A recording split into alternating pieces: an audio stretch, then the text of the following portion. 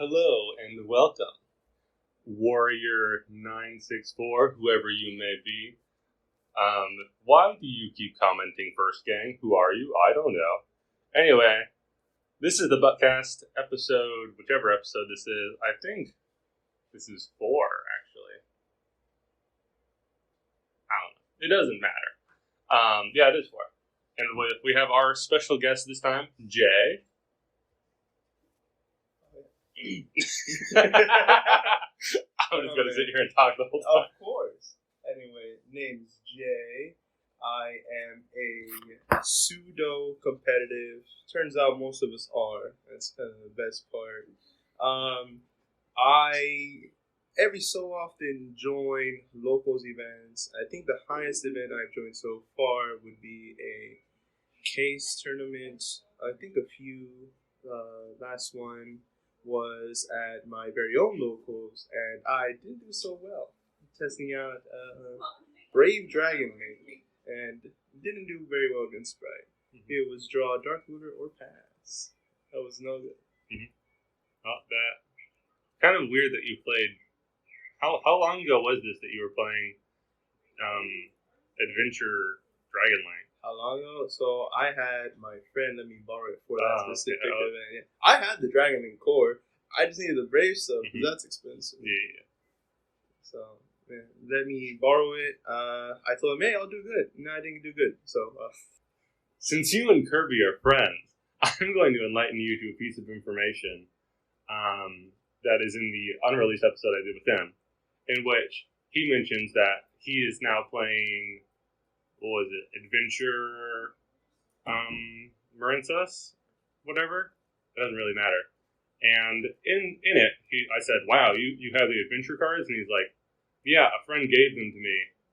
And I know people are accusing me of doing dirty things for it, but I didn't. And then I replied, I'm glad now on the internet forever is allegations that you did dirty, dirty things to get an adventure engine. Sounds about right. I don't know. I'm not trying to say I was the progenitor of this, but I could definitely It was you!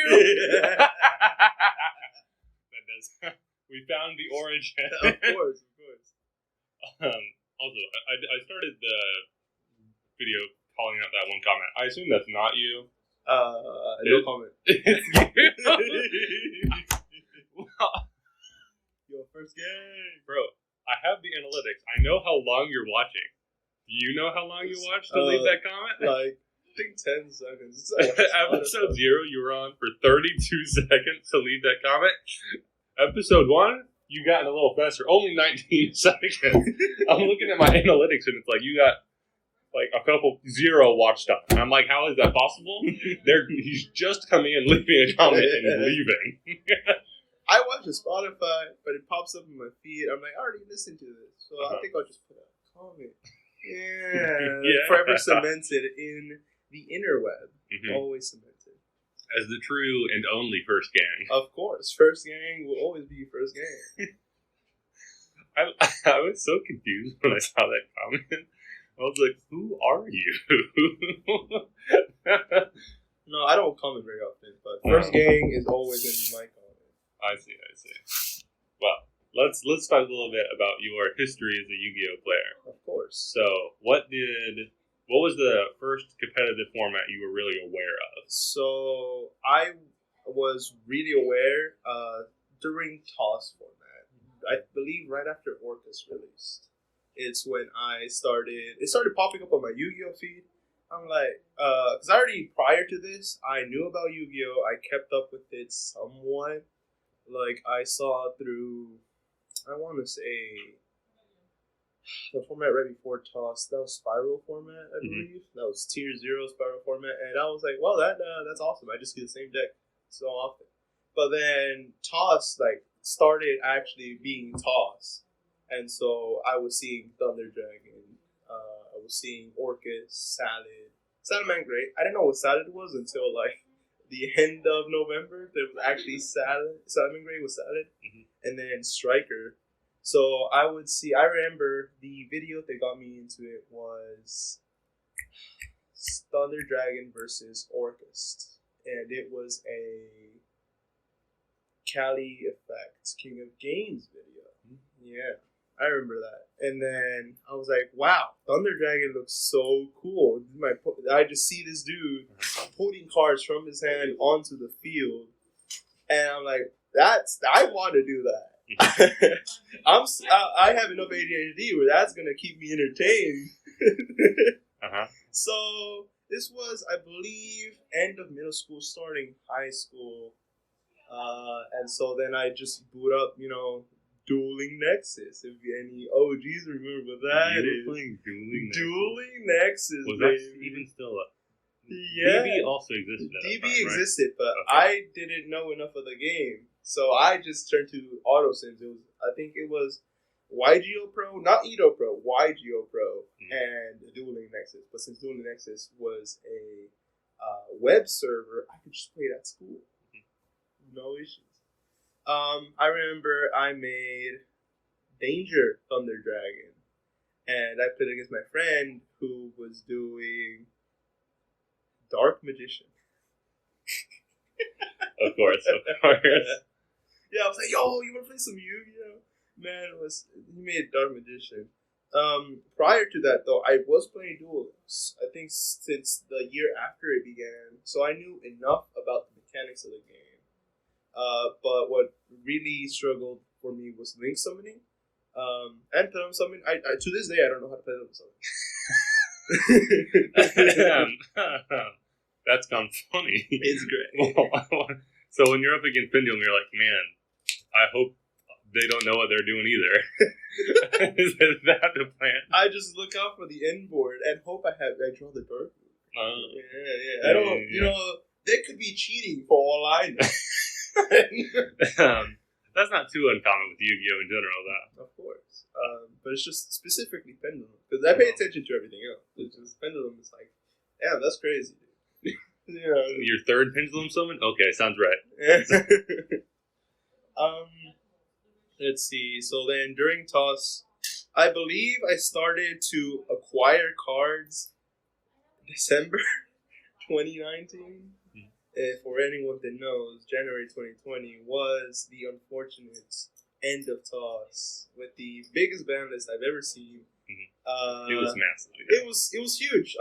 Let's see, Colossus banned, Engage banned, Stalio banned, and then what did Orcas get banned? Oh no, Orcas got something banned. Mermaid, I think Mermaid. Yeah, Mermaid got banned. Mermaid was Mermaid was banned before. I don't remember. I don't remember what Orcas got hit, but I think they got Galatea to 1. Orcas banned. Harp Horror is banned. Yeah. I think Galatea won to 1 or something. I don't remember.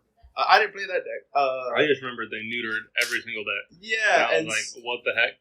And so I was not happy about it. I took a 2-month hiatus.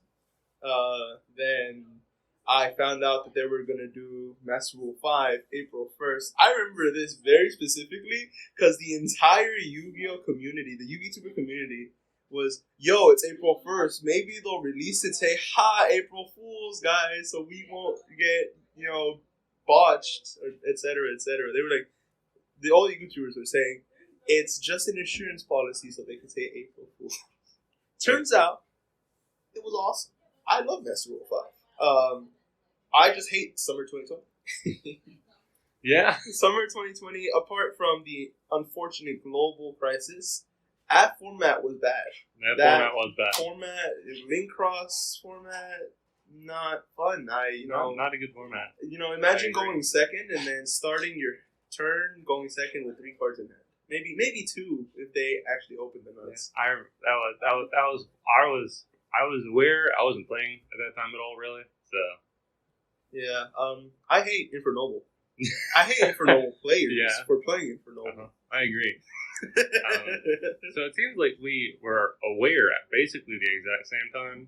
Yeah. Well, I was a little bit sooner because I was actually playing my locals, but not very competitively during Spiral format. Mm-hmm. I was getting smashed by Spiral players while I was playing DDD back in the day. Yeah. And I actually played competitively during TOS. So I guess I was just a wee bit ahead of you, not by much. Ahead. Yeah. Yeah. I didn't start grabbing I grabbed cards starting December, so I had the most of a Thunder Dragon core. I had a Colossus. I had 2 Titan. I think 3 Dark, 3 Roar, 2 Matrix. To me, you've always been the Thunder Dragon kid. Yeah, bro, always. And then, during that hiatus, I still kept up with the game, and then I joined a Thunder Dragon server Discord, of course, for ideas. The consensus was Konami hates us. Colossus not coming out. Every good Chaos support card. Yeah, every good Chaos support card. It wasn't that bad. VFD was legal, which is hilarious. Colossus was bad, but VFD was legal. It just had to wait until VFD Ritual. Yeah. I don't know. After that hiatus, I started playing again. I think I played a little bit of Block Dragon Turbo. Yes. You actually... Yeah, I played a little online? Online. Yeah, online. Okay. No. So this is still on Nexus. Yeah. I didn't start Dueling Book until December 2020. So, I think December 2020, I began playing Invoke Thunder Dragon. And the whole premise was you turbo into... I am aware of the premise. Yeah. I tinkered... After Colossus got banned...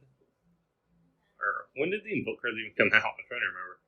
I think it was right after the Invoke cards came out that I saw a video on Invoked Thunder Dragon, and I was like, this is really cool because you get to protect yourself from Nibiru. Mm-hmm. After Nibiru came out, I just went on a bender of trying to find anything that didn't lose to Nibiru. Yeah. Because I was on Salad, and that ruined my life. Bro, Salad and board Nibiru token. Every time. It was rough. And I was like, how do I not lose? How do I do? And I was just looking at every other deck, and I played on I deck test extensively on Yugipedia. Great app. Great phone app if anyone wants to do it. They have a little deck tester that's got the field, but obviously there's no rulings or anything. Yeah, I used to have it. It's like DB, but single player. Yeah. Which, to me, on my phone, that's the best thing I could have possibly asked for. Mm-hmm. But speaking of DB, you have brought up memories for me of high school.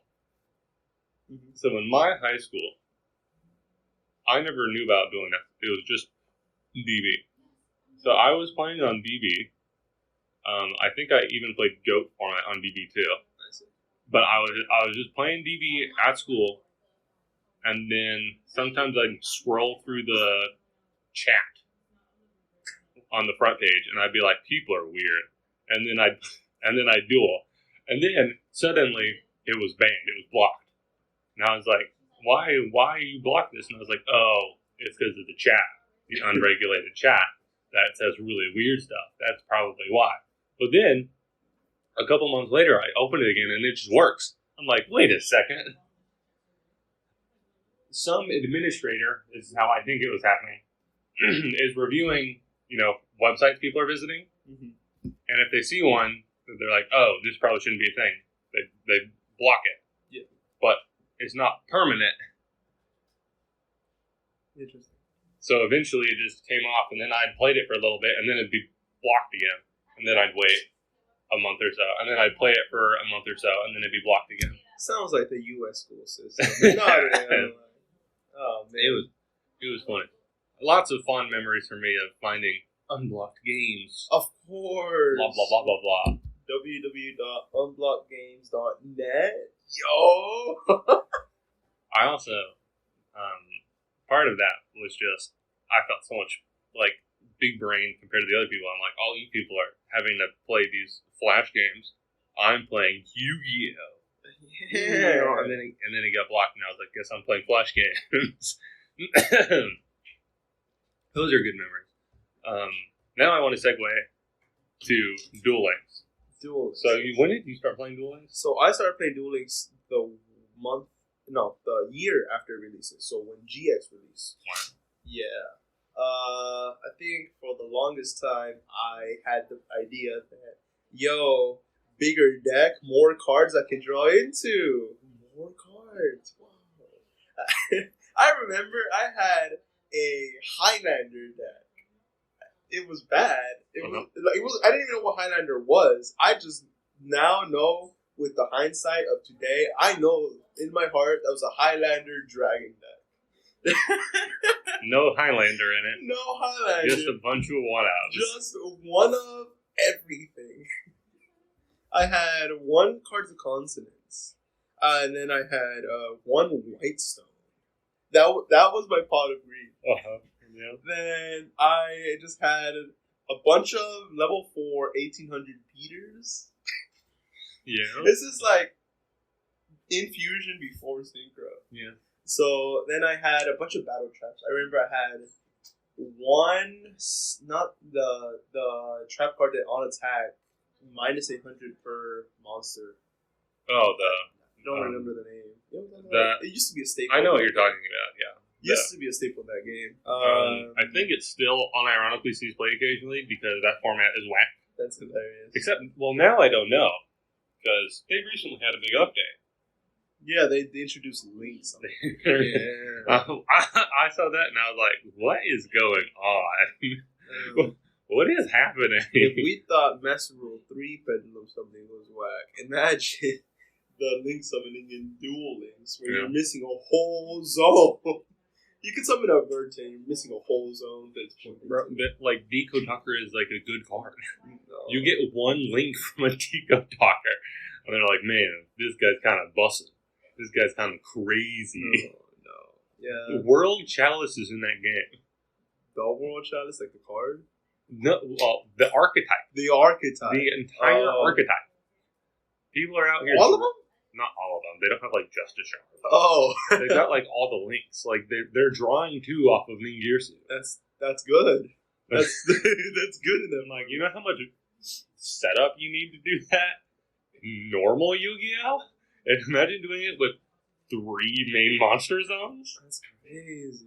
It's impossible to draw 3 off of his effect because of the way they are hard locked and only being able to draw 2 cards. That is so funny.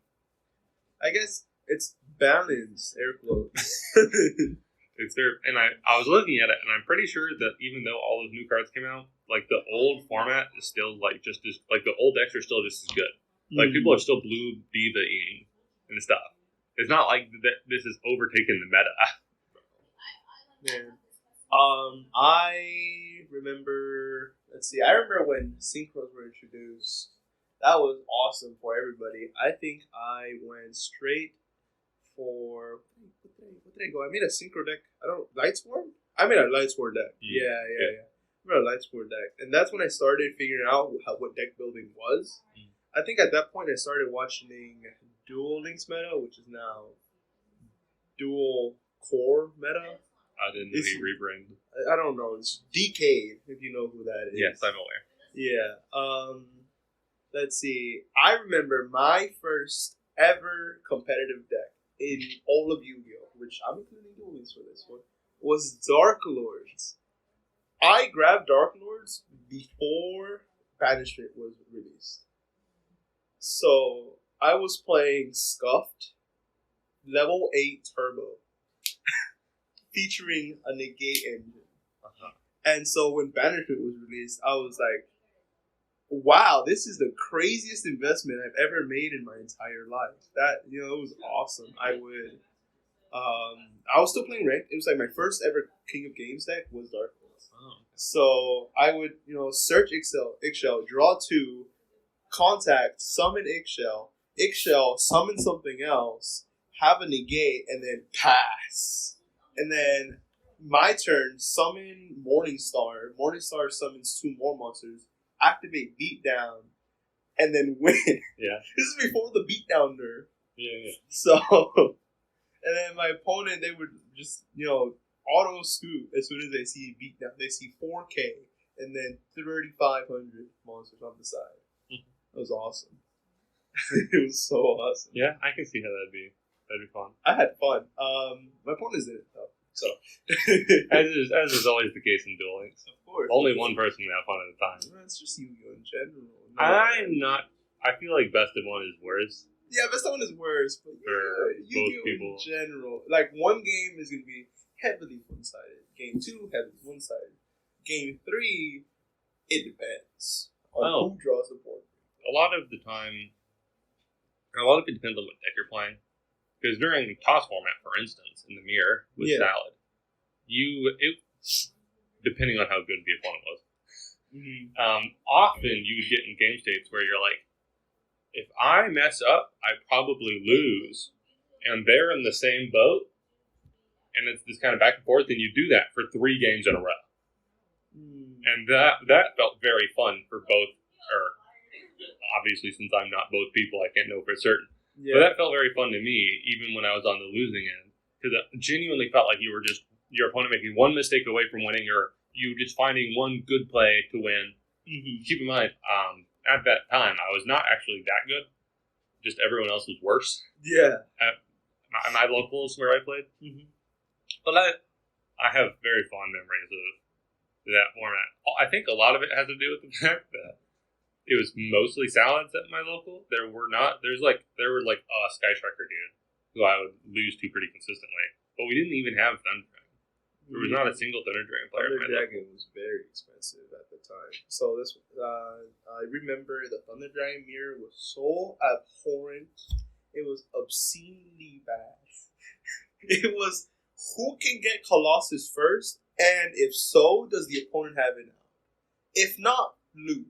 If so, win. That's literally it. That was the mirror. I remember when they started getting really combo heavy. Because in the beginning, Thunder Dragon was kind of like, let's put up 2 Colossus and a Titan and try to have all the things like in the OCG. Yeah, pure Thunder Dragon. I remember that. But then it transitioned towards this crazy combo build where you're like, Heretic Seal, summon Goliath from deck, have the Colossus, have all this stuff going on. But that deck was so bricky. Yeah. I remember watching a deck profile where the dude was like, so yeah, I made top cut of this event. 2 games, I won by tribute summoning Goliath.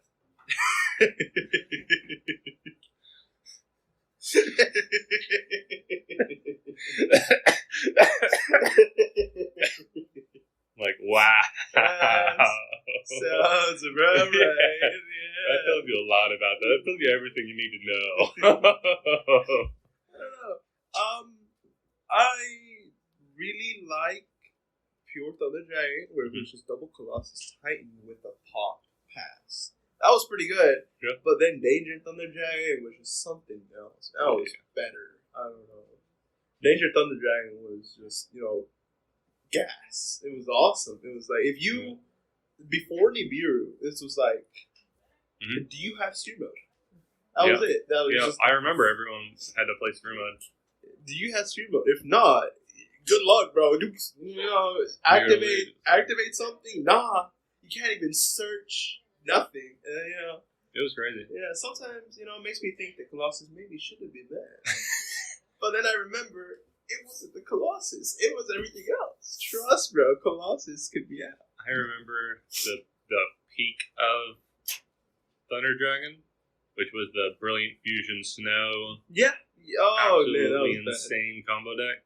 I didn't like that. That felt unfair. It felt unfair. It felt so much over the top of everything else. Oh, that reminds me. I remember, because I was, again, since I was aware and playing, although not competitively, during Spire format, I also remember Goki Extra Link Trickstar Sky Striker format. Ew. What? No, I don't remember that. That's what happened in the middle. After wasn't it? Yeah, it was. So it was the Lynx came out and they released Double Helix. Double Helix was absolutely broken. That was a tier 0 deck. Yeah. And then after they hit that deck out of existence, the Trickstar was already existed. The Goki stuff was coming out. Okay. The Sky Striker stuff was coming out. Wasn't that In the format Firewall FTK? That format was Firewall FTK. I think it included Firewall. I think Firewall FTK kind of. When was Firewall? I'm trying to remember. They had Gokis, so they should have been with the Goki releases. because I remember seeing this video of Jesse Con versus this kid in like The top FTK 's the tables, kid. and the MTK's the kid. Nice. Lovely. The kid was sniping every danger too. Hmm. Like he said, activate danger Mothman, and the kid snipes the Mothman. He snipes the Bigfoot. I think he hits the Nessie as well. And then Jesse still FTKs the kid.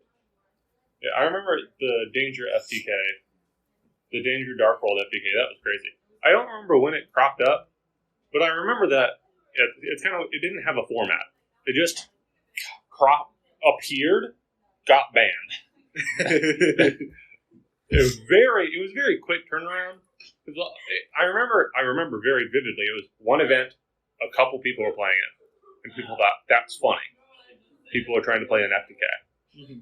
Like one of them talked. We were like, that's kind of crazy that one FTK player talked with this, in everyone's eyes, very inconsistent deck. Yeah. And then next event, top cut, like half of them are Danger FTK. And then we're all like, oh no, Konami. And then like, I don't know, like a week later, ban list. Yeah. Bow, bow, bow, bow. Emergency ban list time. Let's go. Get that out of here. But to go back to what I was saying earlier, I remember the Goki, Trickstar, Sky Striker format. Mm-hmm. Those were the decks in contention because that was pre-Hayate. So that's why Trickstar Sky Striker was a thing. Is because you were kind of like, it was just a way to get spell cards in the graveyard. Yeah. That in hindsight, that deck was awful. It's really funny because a lot of people are playing Trickstar Sky Striker, but in hindsight, that deck was clearly just awful, terrible, bad. Mm-hmm. And in hindsight, Goki Extra Link was tier 0, but the only reason it wasn't is because not enough people were willing to learn the deck. Sounds great. If you kept up with all the people going to the events, like at that time I was watching SEMO, I was watching DZ, I was watching a lot of these different YouTubers who were they were all going to this event. And they all talked about after the event why they picked the deck they did. The majority of them picked Trickstar Sky Striker. Why? They couldn't be bothered to learn how to play Goki. Oh, that was the stated reason. Because Goki was too complicated. Oh. I don't think that would fly today. No. That would not fly today. I don't think they'd say that now. I'm not sure, though. I think maybe that was just at a time where a lot of the content creators weren't as competitive. I think they have become more competitive as time has gone on. More. I feel like there was kind of an era where everyone wanted to win with a road deck. Don't remember that, no. I remember when during like toss, people wanted to win with Lunalight. Oh, you know what? People wanted to win with Prank Kids, and they did. Yeah. I remember. There were a lot of people who were playing grabbing road. Part of that is just because the format was wide enough that you could get away with that. Mm-hmm. The power level was low enough that your road deck could slip in. But there was this leading up to toss and during toss, there was this idea that especially content creators wanted to top with novel decks. They didn't want to play the best deck of the format. This is all my interpretation. Obviously, I don't know for sure. But as I remember it, it seemed like there was this idea among the content creators that you didn't want to just go there and play the best deck and lose. You wanted to bring something interesting, and then if you did well, now you'd have all this buzz about you. See, I can see the premise in that. Because if everyone's playing the best deck, then it's just, you already see the best deck at locals, you already see the best deck at on YouTube, whatever. Yeah. And then I think this was at a time before Twitch was very hyped up. This was before Twitch was hyped up, I think. This was before Twitch was really part of the Yu-Gi-Oh! Sphere. It was all YouTube. YouTube, this was before all the YouTube things that YouTube has done so far in the past. All the censorship and stuff. No. Yeah. So then... Well, this was the era of deck profiles. Yeah. So this was still firmly in that time period. Everyone in the Yu-Gi sphere, they couldn't find how to make content that was appealing except by playing underdog decks. And you know, you gotta do as a YouTuber, you gotta do what the community wants, underdog decks, right? You gotta appeal to them. You can't, you know, show up with Striker Orcas and say, "Hey guys, look at my deck list that I People did though. won." They wasn't did. wasn't Triff one of those people? Yeah, yeah. I think Triff was one of the pioneers of that deck, which was really funny because he was balls to the walls pendulum player. Yeah. You know, I remember when Triff kind of came into existence on the Yu-Gi-Oh scene. Do you remember? No, I think that was before me, man. Like I said, I started. I didn't play during this format. I was not competitive, but I was aware of what was going on. Was this before? What, Pepe? No, no. Pepe. It was long after Pepe. Long after. I'm trying to now that I'm talking about it, I'm like, man, I really do not have all the formats in a row in my head. They're all kind of distinct. But there was Pendulum Magician format that then had the Pendulum FDK in it. Okay, I remember that. Yep, I remember. I don't remember when that was. Was that after Spiral or before it? I think it was right before. Okay. I thought so, but I was like, do I have that right? Okay, yeah. It was right before. And that's when Trick kind of popped into existence, was he was doing Pendulum decks when Pendulum was tier 1. So that's when he spawned, to me anyway. And then as Pendulum got worse and worse, I, along with a lot of other people, were like, so what is he going to do now? And he just kept beating the dead horse of playing Pendulum. And then he suddenly shows up to an event playing Skyper or Orcus, and everyone's like, wait, he plays good decks? That's still just the funny thing about Triff. It's just, he harps on how great Pendulum is constantly. And then every time he does good, it's because he's just playing some actually competitive deck. Yeah, I think the most recent one was Sprite tier limit. Brave Sprite tier limit. Yeah, that was like most recent one. Yeah. It seems like he's always on the hunt for just the most degenerate, broken thing he can find. Yeah. Which, fair enough, that's a lot of Yu-Gi-Oh! Players are on that. I think before that it was Cyber Celebration, if you remember what that deck was. Yes.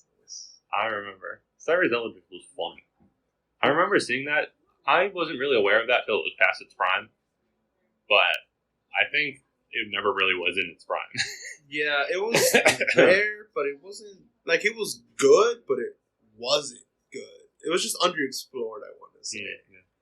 Because, you know, it's very easy to see that it's a combo deck that has a trap card resource-based fallback. It was just another derivative of Combo Eldritch, but it feels like they didn't have enough time to solve it until it was already going out the door. Yeah. By the time they'd finally figured out the best way to play it, it was already getting power creep by the stuff that was coming out. That's how I remember it. It's unfortunate. I definitely can say that it was an underexplored deck. Uh-huh. I don't know. I don't know how it would have been having a Cyrus Eldritch format as that. That doesn't sound good. I already hate Eldritch for obvious reasons. Yes. But combo Eldritch, I don't know. I don't think that Combo Eldritch was very interesting because all of its many different versions that have existed over time. Mm-hmm. But it always brought this obvious question of side decking. Do you side deck for the combo or do you side deck for the back row? And that was a real problem for people. Because in Yu-Gi-Oh!, a lot of cards are based around... The answer usually was evenly matched. Because evenly matched was the card that kind of did both. Mm-hmm. But they put a spell trap negate, so you needed something to fade the negate and then land your evenly. But it was very interesting. It made it difficult to side deck. Because it's like, what do you side deck? And a lot of the times, you would side something in, and then they wouldn't draw that half of the deck. So your side deck did nothing. Sounds great to me. That was always part of it. Because they didn't always draw a combo. It was most of the time. But they didn't always do it. So sometimes you'd side in these, board breakers for monsters, and then they just wouldn't. They just set 5 pass, and you'd be like, ugh, yeah. What do I do? Normal something didn't get solid together. I don't know. But I think in hindsight, the lower power level ones, not the Hulk combo that was a bit too insane. Oh, the one. Yeah, I know what you're talking about. It's during like, Adamanced Fitter Secret Slayers format. yeah. But the later ones, like Cybers, Eldritch, stuff like that, they didn't feel as ridiculous. They just kind of wore Eldritch that also did a cool, pretty darn powerful combo, but they weren't quite as consistent either. I don't know. See, I am a huge combo player, so if I would have had the funds, that I probably would have actually acquired Cyber's Eldritch, which is hilarious to me, thinking about it. But I own an Eldritch core. I don't. I'm not proud, but I own one. Yeah, I don't. Combo decks are just my thing. Right? Combo, it's just very fun to just splurge your hand onto the field and tell your opponent, "Good luck." You know, you just sit there, and then your opponent says, "Hey, I'm activating this head," and you just say, "Nah, you're good, bro." Yeah. Negates are kind of weird in Yu-Gi-Oh. They could be detrimental, and they could also just be good for the game. It depends on what there is in the format at that time. I think I talked about this before. An old, I don't want to call it a quote, a paraphrase of something Hardlight said. Back in the olden days, there was an interesting sort of thing to slow down power creep, which was we had this rotation, right? Where first you print cards that have can destroy a bunch of cards your opponent controls. Obviously, as time goes on, the number goes up for how many cards they can destroy consistently. But the idea is they consistently destroy a lot of cards the opponent controls. Immediately, that becomes the best deck. And then they print cards that can't be destroyed as their end boss. It's like, obviously, that's just strictly better. You can't lose to these people anymore. So that's the upgrade. So maybe that's one indestructible boss monster, and then as it goes on, you get better and better protection for boss monsters, whatever. And then we go to a negate. We have some board that just ends on a dude with a negate, which means you can interrupt the person trying to make their indestructible boss monster. So it's just a strictly better deck. Yeah. Then you circle back to a deck with just a bunch of destruction effects, so it doesn't matter if they have one negate, you have 2, 3 destruction effects. So you can just push through the negate. And now we've got this circle going. And that was pretty good because it meant although negates existed, they were part of a cycle. It's not like you were always having to deal with negates. It depended on which part of the cycle you were in. So whenever the negates came, you were like, praise you, Konami. I finally have an answer to this dumb Towers deck that's really good right now. And then you don't have to worry about it because after a little while, something like Fire Fist is going to come out that pops a bajillion cards, and that negate deck's going to be terrible. And then we had this circle going on. That has since fallen apart, and now everything is negate decks. Yeah. Or floodgate decks. Yeah, I think right now Yu-Gi-Oh! Is floodgate. You either floodgate or you negate, or no, I think that's it. Just floodgate or negate. I think that's it. Let's go through the top decks here. Sprite. Sprite's negates. Negates. Tears is floodgate and negates. Negate. I feel like more depends on which version. Yeah. But yeah, floodgate negate, and then it's just number of interactions very high. Yeah. I believe. And then Flunder. Mathmech is. Mathmech is interruptions. It's interruptions. So I guess we can call it 3. Yeah. Which is interruptions in the form of removing your opponent's cards, which is generally what Mathmech and a lot of tier builds do. And then you have negates, which is what basically all Sprite is doing, and some tier builds. And then you got floodgates, which is what some tier builds are doing, and Flunder, and Exorcister. Keyword, all tier builds. Just everything is... Tier is just the Swiss Army blade of this format. I think Exos is more interruptions than anything than floodgates. Because they have, Magnifica, they have the other one. I have not read an Exorcister card. So they have one of them that's can banish for that turn, and then one of them that says just banish, period. And then they have one that locks special summon from grave, and one that locks effects from grave. So they're more interruption based. Yeah, it's just people decided to throw in Shifter and goes in and rivalry. I didn't know they were playing Gozen and Rivalry. They're playing Gozen because they're all lights, but rivalry could be kind of different because they're spellcasters, but their XCs are warriors. Mm. They're definitely playing Gozen. Interesting. I don't know. Personally, I think that Exo Sisters suck. Truly and absolutely. They are consistently performing worse than Flunder as the third best deck, I think. Mm-hmm. Who knows what'll happen, but seems like that's the current trajectory. Yeah. I recently just watched a Broke Boy video. You know what that is? No. You don't know what that is? Okay, it's another MVT series in which they spin a wheel that has just dollar amounts on it, and then they both try to build a deck with TCG player listed prices Okay. that is within that price range. Yeah.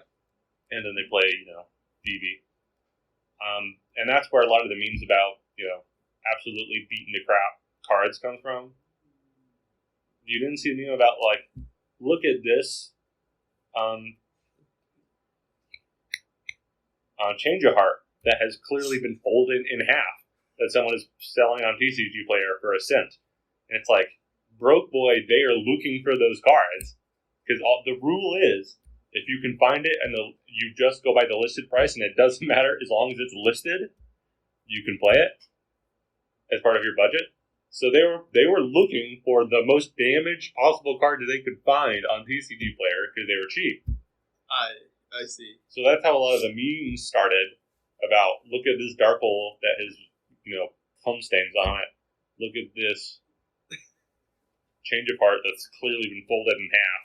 Those are because they were looking for it. They're looking at the image and they're like, oh my gosh, look at this. We're playing that.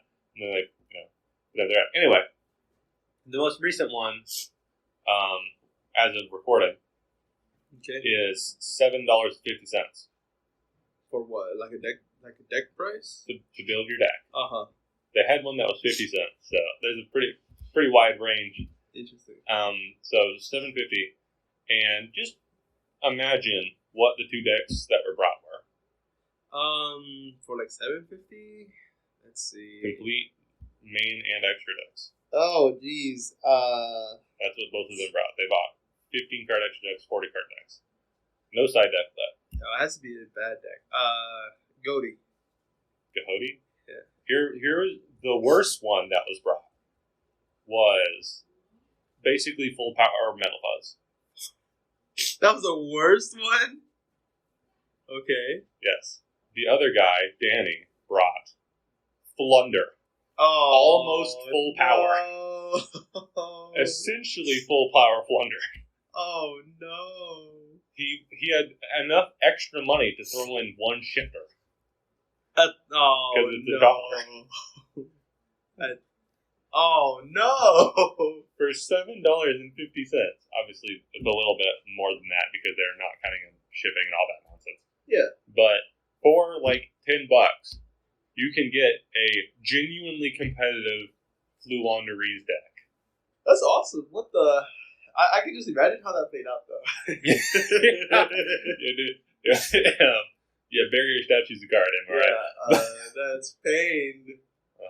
Dude, I hate Thunder, dude. But it's awesome that they managed to get it. So cheap, yeah. Yeah, that's awesome. It wasn't that bad when it came out, which was pretty surprising. It wasn't cheap, but it was like a lot cheaper than all the other options. And now that the third deck of the format is like, even if you want to build like a very competitive version, $20, you can do it. That gets you 3 extra, a full extra deck, all of the. Well, sorry, I said that they both had full extra decks. Flunder was not playing an extra deck at all because he didn't need it. But they were both playing as full of an extra deck as they needed. In this case, it was 0. Anyway, but you can get for $20, you can get a full extra deck. Could literally be nothing. Like it doesn't matter what's in there because you're just using it for extravagance. Yeah. And then you can get your 3 shifters, $1 each now because of the reprint. So. Oh, yeah. And the Crystal Beast. The Crystal Beast. Is that out yet, by the way? Okay. Yeah. At the time of this recording is October 3rd. Yeah, the ban list is in effect. The ban list is in effect. So, I didn't know the structure deck was out yet. When did it come out? Yesterday? I don't know. I just know someone had it, and I was like, "You bought this?" And they're like, "Yeah, look at the reprints." And I looked, I was like, "Wait a second. Yeah, it's They awesome. got Ash, Bell, and Shifter? You know, What?" if I didn't already have my staples, I'd probably grab those. Yeah. But you know, I've been playing for enough time that I have most of my staples. I already have like 9 copies of Ash Blossom. Okay, I got just 3, bro. I've got my 3 from my Salamane Great Structure decks Yeah, buddy. when I first started playing, and then I got 3 from getting 3 of the Dude, Dude, yep, dude. and then I think I got 3 from something. I might only have 6 anyway, but yes, I just 6. It's just 6, guys. And you know it's going to go back up. Yeah, I probably should get another playset. Just because Just you're like, have it. you know that Ash Blossom, it's just it forever is going to be expensive for some reason. Yeah, Even though it's got a bajillion common reprints in structure decks. it's because Ash is very toolbox. You know, toolbox cards tend to be good. It seems like Ash will be good forever, but who knows? Maybe. I mean, Effect Veiler's still good. That came out forever ago, so who knows? Who knows? Effect Vaders, I don't know. It comes in and out, Yeah, it depends on what the format is, really. but it was good during Sword Soul format. It was good during Sword Soul format, but bad during like Dragon Moon format or Drytron format for that matter. Drytron, Virtual World. It just in and out, in and out. It's pretty good right now. A couple of people are playing it. It's not like a mandatory include or anything, but it's not bad. It's good against specifically tournament kick hallows. Yeah, use it on Kit Kalos and use it on like Gigantic. Yeah, but then just play Imperm. Imperm is Well, yes, Imperm is better. yeah. We can't red Imperm. True. I think that's the main reason why it's better. Imperm also outs Winda, so That's true. yeah. Or you could just Imperm Nibiru. Ooh. That's how you negate Gozen, bro. Yeah, forehead. Okay. Let's see. Where should we go now? I want to go back to Duel Links. Oh yeah, we just okay. What do you mean? Yeah, we tangented. No, it's fine. Back. This is it's a podcast, bro. I know. It is just tangent. That's all it needs to be. But I want to talk about a little bit about Duel Links. I haven't talked a lot about my experience with Duel Links yet, so I want to go ahead and lay it out. I've been aware of Duel Links basically since it came out, right? But I looked at it and I was like, this seems awful. So I didn't play it. I think it was during like the very beginning of Synchro was added to Duel Links that I like got onto the DK and watching this stuff. Mm-hmm. But I think that that's not quite when I actually downloaded it. What happened is my girlfriend was looking for ways to kind of be a little bit more involved in Yu-Gi-Oh! Without having to be playing with me because she'd always lose if we played, no matter what we did. Almost, no matter what we did. So she was looking around and she saw Duel Links, and I talked to her. I was like, oh yeah, there's a lot of, at the time, that was when all the Blue Eye stuff was coming out. Yeah, I was read like, this is the best time since release to get into Duel Links. And so she was, without telling me, she just downloaded it and started playing it. And then when she told me that, I was like, well, I guess I have to play now. So I downloaded Duel Links. And in her own words, I ruined Duel Links for her. Oh, that's because she was actually having a little bit of fun, you know, beating up the NPCs and slowly making her deck better. And then she'd ask me to help her build her deck. I'd help her build her deck, and then that'd be that. But then she'd look over at my account, and she'd been playing longer than me, and I was just a million miles ahead of her. And that discouraged her so much, she deleted the app. Oh, that's pain. So, Did she never hit ranked or something? I don't know. I don't know if she even played ranked at all, but if she did, she was in, you know, the very bottom. That's crazy. So I ruined Duel Links for her, which is unfortunate, but pretty funny. Oh, no. I remember that structure deck came out, the blue-eyed structure deck. I think I bought... Because I already had all the blue-eyed stuff anyways. Because I you know, Dragon's Turbo. Yeah. So then I believe that I bought one of the structure decks for 1,000 gems, and that gave me one alternative eyes, I believe. No, that was Dark Side of Dimensions. I don't remember. This was in the Synchro era. Oh, I remember. It was a Blue Eyes Solid Dragon, and then with the level 9 Blue Eyes Synchro. So It's the Spirit Dragon. yeah, then already had Spirit Dragon. I had like a whole dragon, like a Blue Eyes deck. So all I needed was Solid Dragon, and then after like a month of playing, I was like, damn, this was a waste. This was a waste because that card was bad. You just never played it. Like you could, because this was during Witchcrafter format. Yeah. So Witchcrafters, they would like negate your whole field, but you can't negate a vanilla 3K. That's true. So if I remember correctly, it would be normal something, and then it would be somehow get out Solid Dragon, negate the Witchcrafter, the Smug Lolly. Yeah. Then the on summon that one negates something, and then when she activates, it'll just bounce out. Yeah, or the vanilla Blue Eyes. Yeah, and so they literally end on nothing. They have a negated monster, and you just ram them in. And Yeah, it's negated, so they can't boost it. Mhm. So you can actually run it over. And that was awesome. Blue Eyes best deck, guys. Blue Eyes was the best deck for a little while, wasn't it? Yeah, I remember it was during Dark Lord format. It was like a try of Dark Lord, Blue Eyes, something else. I think that countered Blue Eyes. Something else that countered. Oh yeah, Blue the Eyes. Buster. Yeah, the Buster stuff. Buster stuff. Yeah, those were like the 3 decks. I was playing obviously Blue Eyes because I was a new player. And that was the easiest thing to get my hands on. So I was playing Blue Eyes. Free to play, by the way. So I went into the old Blue Eyes packs to get all the cards I needed. Mm-hmm. That took me a million years. Yeah. And every time I'd try to get Cog with it, and I'd keep running into the stupid Buster Blader decks. Yeah. And I was like, I literally can't win against these. This format is so stupid. You absolutely smash everyone until you come up against a Buster Blader guy, and you just auto lose. I was so annoyed. And then I was like, big brain, Lunalight. That was at a time with Lunalight too, huh? And I invested in Lunalight, quote unquote invested. I used all my gems on Lunalight. And I'm like, oh yes, the deck is complete. The ban list comes out. Lunalight's banned. Yeah, I remember I was playing Lunalight in Vogues. That's funny. The whole premise was make Kaliga end on Saber Dancer. That's it. And then people couldn't win through Kaliga. Uh-huh.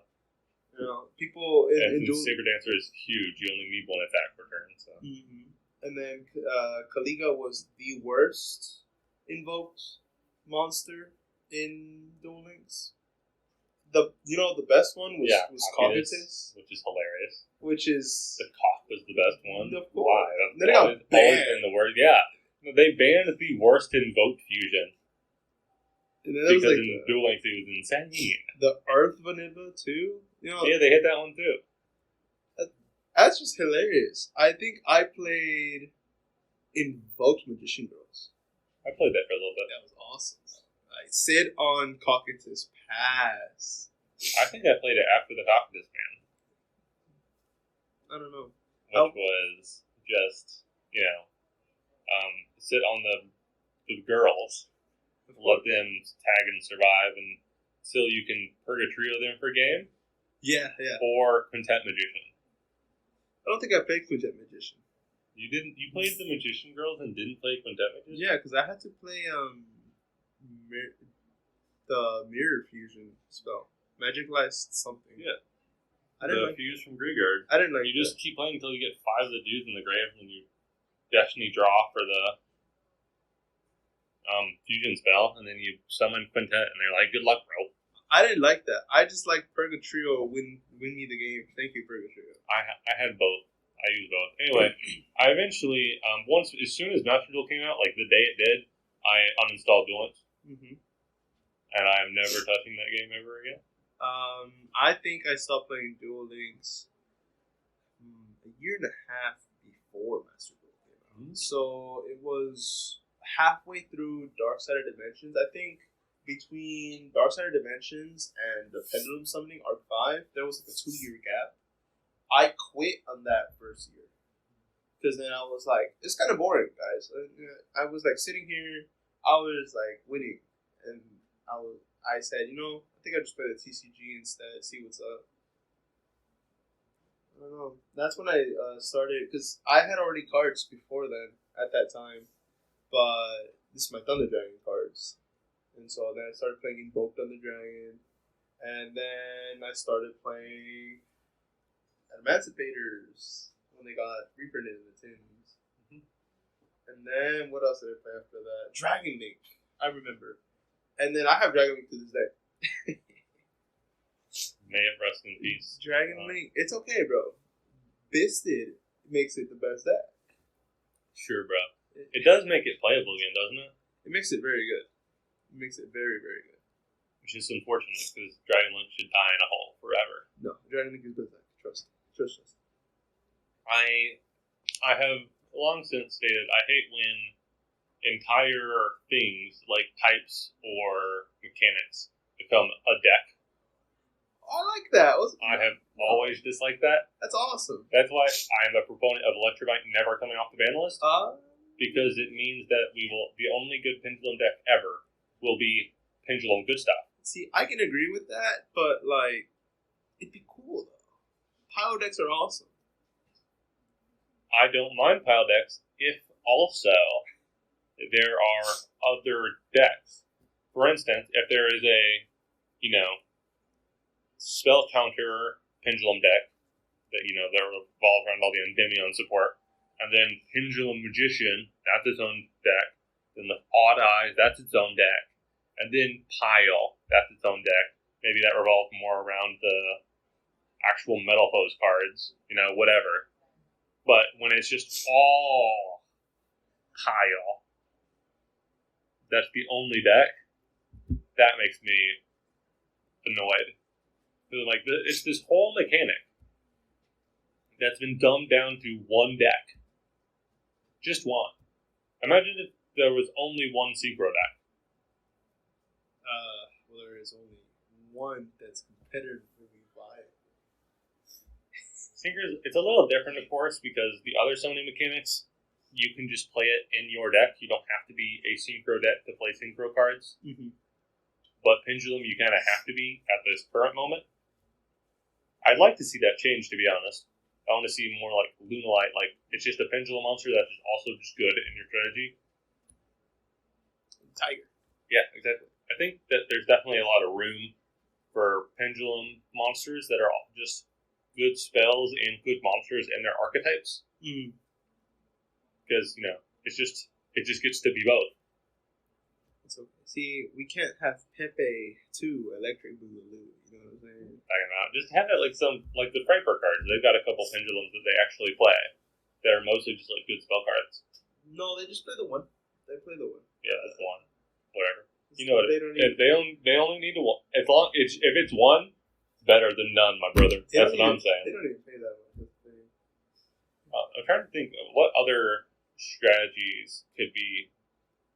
One interesting thing is, of course, they don't go to the graveyard. Mm-hmm. And a lot of decks revolve heavily around the graveyard. So it kind of limits what decks could benefit from having a Pendulum support card, Depends. Unless it's stuff like Macrocosmos and shit. Then that throws a wrench in things. Pendulum mechanic is just weird to me. Yeah, it's definitely very quirky. For sure. I can understand why some people don't like it.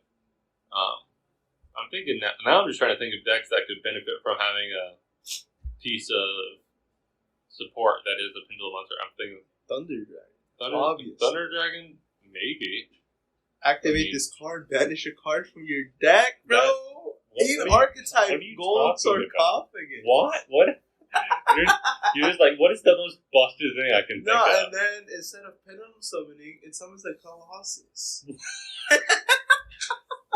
You're an idiot. I'm reminded of, Monarch. They have their Pendulum monster. It's not a monarch, but it's definitely a Oh, I know monarch. what you're talking about. The bookkeeper looking one. Yeah. Or it's like if you have nothing in your extra deck, Special summon for free. you pop it to draw a card, and then you can just special summon it for free. And it's like, well, that is a draw and tribute fodder. That is a monarch. Wow, you printed a new vassal. Awesome. Or squire. Yeah, I remember when they released that, it was like, yo, Monarchs is gonna be the best deck. Monarchs. And then Monarchs was like, oh yeah, guys, I bricked. Yeah. as is always the case. Yeah. I mean, I had the Monarch structure deck. So, I have a soft spot for Monarch, but I just hate Vanity Spin. I just hate all the Vanity cards. Yeah, that's fair. And the Majesty's cards. I wish there was a more interesting way to play it than dumb. I wish that tribute summoning on your opponent's turn to do something cool like tributing their guy and then bouncing something. I wish that was the play. I wish that was the optimal way to play. Just play Flunder. Yeah, but Flunder also has very effective. So they're kind of doing both. Which, good old Flunder. Of course. A lot of weird noises going on around us. I'm not exactly sure what's going on. I think they're just opening and closing the door. Yeah, this door is pretty mechanically not good. Yeah. Anyway, I don't know. I think we talked about a lot of stuff. Do you have anything else you want to talk about? Do I have? I do not. I'm waiting for the next episode so I can finally have some responses to good old Kirby. So you can just bash him? Yeah, bro. You're going to listen to that episode and be like, wow. Of course. Why did I say I'm so terrible? It's okay, Buck. I have had to edit one thing before this. I gotta do two. And now I don't even. I have to edit two things out of this one because I am not. I think it's too early in the morning. It's not even 11. It's okay. Well, everyone knows you record podcasts at night. Everyone knows this. This is the problem. Okay. Anyway, I'm gonna have to edit that. Oh well. Okay, so I think we're gonna wrap it up. Yeah, that's fine. Yes, sir. So, thank you. Of course. Thank you for talking to me. I appreciate it. On to the next one. Hopefully the audio in this isn't as bad. Yep. I can't wait to see the episode. I'm being honest, bro. I can just imagine what that fool would say. Yeah. It's kind of funny that it's, we were talking about. Yes. Yep. That's this exact moment. Anyway, we're done.